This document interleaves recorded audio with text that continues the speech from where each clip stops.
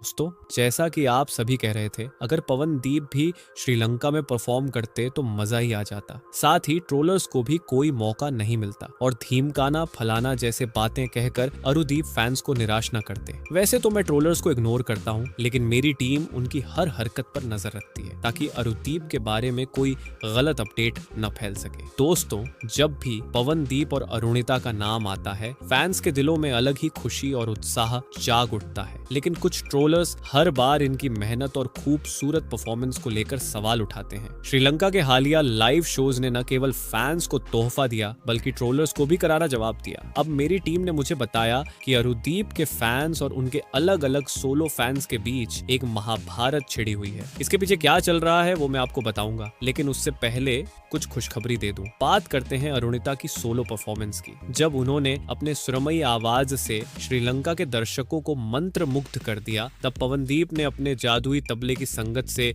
इस शो को ऐतिहासिक बना दिया। ये देखना एक अद्भुत अनुभव था कि कैसे दो कलाकार मिलकर सुर और ताल का ऐसा संगम पेश कर सकते हैं। फिर उसके अगले ही दिन हमें पवनदीप के सोलो शो की भी खबर मिल जाती है श्रीलंका में ही। पवनदीप ने अपनी आवाज और परफॉर्मेंस से श्रीलंका के दर्शकों का दिल जीत लिया। जहां पवनदीप अपने सोलो शो में व्यस्त थे, वहीं अरुणिता बैक स्टेज में मौजूद थी। भले ही यह शो दोनों का संयुक्त रूप से नहीं था, लेकिन सबसे बड़ा सरप्राइज तब आया जब फैंस पवनदीप के शो में जोर जोर से अरुणिता को पुकारने लगे। पवनदीप का सोलो शो पहले से ही कमाल का था, लेकिन जैसे ही फैंस ने अरुणिता का नाम लेना शुरू किया, माहौल और भी खास हो गया। फिर दर्शकों को एक ऐसा सरप्राइज मिला जिसकी उन्होंने कल्पना भी नहीं की थी। शो के दौरान अरुणिता ने बैक स्टेज से बाहर आकर पवनदीप की परफॉर्मेंस को और भी शानदार बना दिया। दोनों ने मिलकर ऐसा माहौल बनाया कि पूरे हॉल में तालियों की गूंज सुनाई देने लगी। यह सिर्फ एक म्यूजिकल शो नहीं था, बल्कि प्यार और संगति का ऐसा उदाहरण था जिसे शब्दों में बयां करना मुश्किल है। अब आते हैं उन ट्रोल्स की बात पर जो अरुणिता और पवनदीप के फैंस के बीच फूट डालने की कोशिश कर रहे हैं। कुछ लोग कह रहे हैं कि पवनदीप ने अरुणिता के शो में सिर्फ तबला बजाया और ये उनके स्तर से कम है। वहीं कुछ अरुणिता के सोलो फैंस कह रहे हैं कि पवनदीप को सिर्फ इंस्ट्रूमेंट बजाना चाहिए क्योंकि उनकी सिंगिंग उतनी अच्छी नहीं है। दोस्तों, मैं यहाँ किसी को गलत साबित नहीं कर रहा।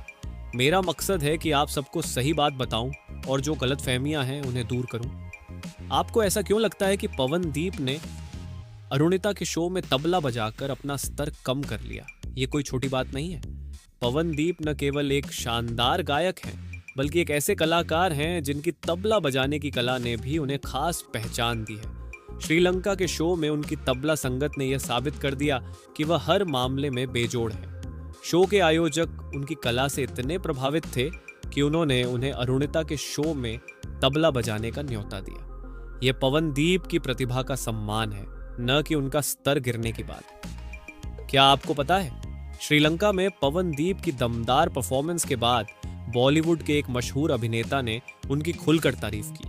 ये उनके टैलेंट का एक और प्रमाण है कि वह न केवल एक बेहतरीन गायक हैं, बल्कि एक ऐसे कलाकार हैं जिनकी कला हर किसी को प्रभावित करती है। अरुणिता का पवनदीप के शो में आना सिर्फ एक सरप्राइज नहीं था, ये उन सभी ट्रोलर्स के लिए करारा जवाब था जो इनकी काबिलियत पर शक करते हैं। जहां एक और पवनदीप ने अरुणिता के शो में तबले के जरिए अपने हुनर का जादू दिखाया, वहीं दूसरी ओर अरुणिता ने पवनदीप के शो में आकर यह साबित कर दिया कि उनका जुड़ाव सिर्फ संगीत तक सीमित नहीं है।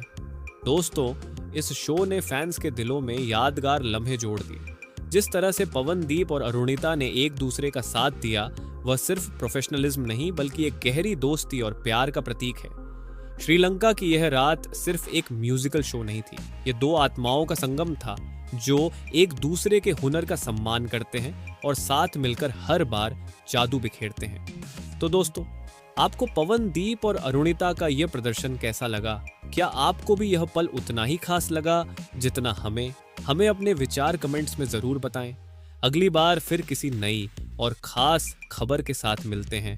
तब तक के लिए प्यार बांटते रहिए और संगीत का आनंद लेते रहिए।